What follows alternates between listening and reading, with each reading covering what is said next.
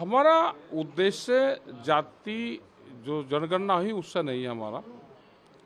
हमारा है कि जो भी खेत में काम करने वाले लोग हैं, जो मजदूर है, भूमिहीन किसान हैं, आदिवासी लोग हैं, जो नौकरी पेशे वाले लोग हैं, उनका उद्देश्य हमारा है फसलों के दाम ठीक मिले। क्या जाति गणना से, जनगणना से जो बिहार का किसान का धान सस्ते रेट में लुटा जा रहा, किसी जाति पे ज़्यादा पैसा देता है क्या व्यापारी? वो सबका एक ही रेट में लेगा, और जब धान बोरी में गल जाता है ना उसका पता रहता है किसके खेत में पैदा हुआ।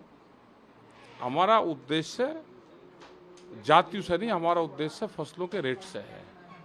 बिहार में आप हैं, बिहार में आपका आगे का कार्यक्रम क्या रहेगा? आगे 4 दिन हम रहेंगे। बीटा में हम जाएंगे, रोहतास जाएंगे, ये कई जगह प्रोग्राम हमारे हैं। कहीं भूमि अधिग्रहण के इशू हैं, कहीं फसलों के दाम के इशू हैं, कहीं आंदोलन जहाँ चल रहे हैं वे हमारे इशू रहेंगे, हम जाएंगे।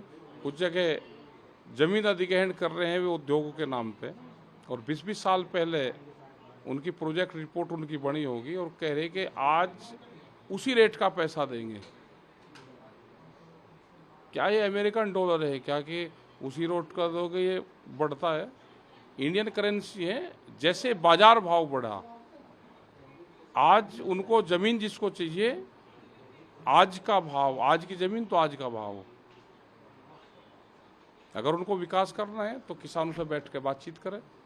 नया भूमि अधिग्रहण एक्ट देश में है, उसके तहत जमीन को आप ले।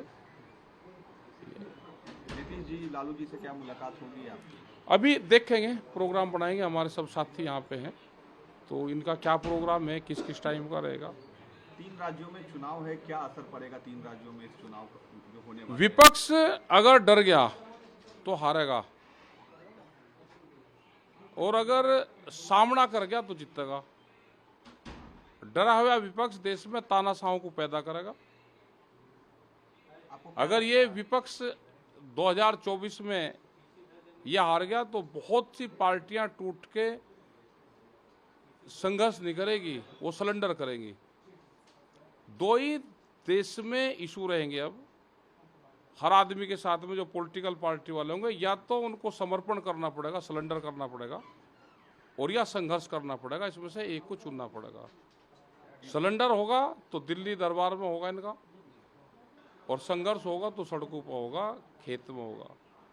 इस देश के किस जान आंदोलन से बचेगी, और उसका बड़ा हथियार रहेगा ट्रैक्टर। अगर देश में ट्रैक्टर मजबूती से चलता रहेगा तो ये देश बचेगा, नहीं तो ये देश जाएगा। आपने एक आंदोलन किया था बड़ा, उसमें भी ट्रैक्टर रोड पर खूब दिखे। वही आएगा ट्रैक्टर। अब देश में ट्रैक्टर पर चुनाव के पहले तो नहीं, पहले तो पॉलिटिकल वालों का आंदोलन है, अभी तो पॉलिटिकल आंदोलन है। इनका पॉलिटिकल आंदोलन है इलेक्शन का। अगर ये उससे भाग गए तो फिर नॉन पॉलिटिकल आंदोलन चलेगा देश में। मोदी दोबारा से आएंगे, क्या लगता है आपको? बेईमान ना करके तो आएंगे, नहीं तो नहीं आएंगे। जातीय जनगणना को लेकर क्या कहेंगे? क्या ये असर देगा 2024 के चुनाव में? क्या पता क्या रहेगा जातीय जनगणना का। मैं कहाँ उड़ जाओ, हमारे कहने से उससे क्या जातीय जनगणना है। और जिसकी जितनी जाति उसको उतना वोट वो दे दो सीट। ये तो सभी का ही पड़ेगा ना सर, सारी पार्टियों का होगा, दे दो उनको, क्या बात है। बिहार में यादवों की जाति 14% दिखाई गई है, और 14 दे दो। महाराष्ट्र, हरियाणा, इस सब में क्या लगता है आपको? और क्या पता क्या लगे। तो अब कोई जाति किसी के साथ है क्या?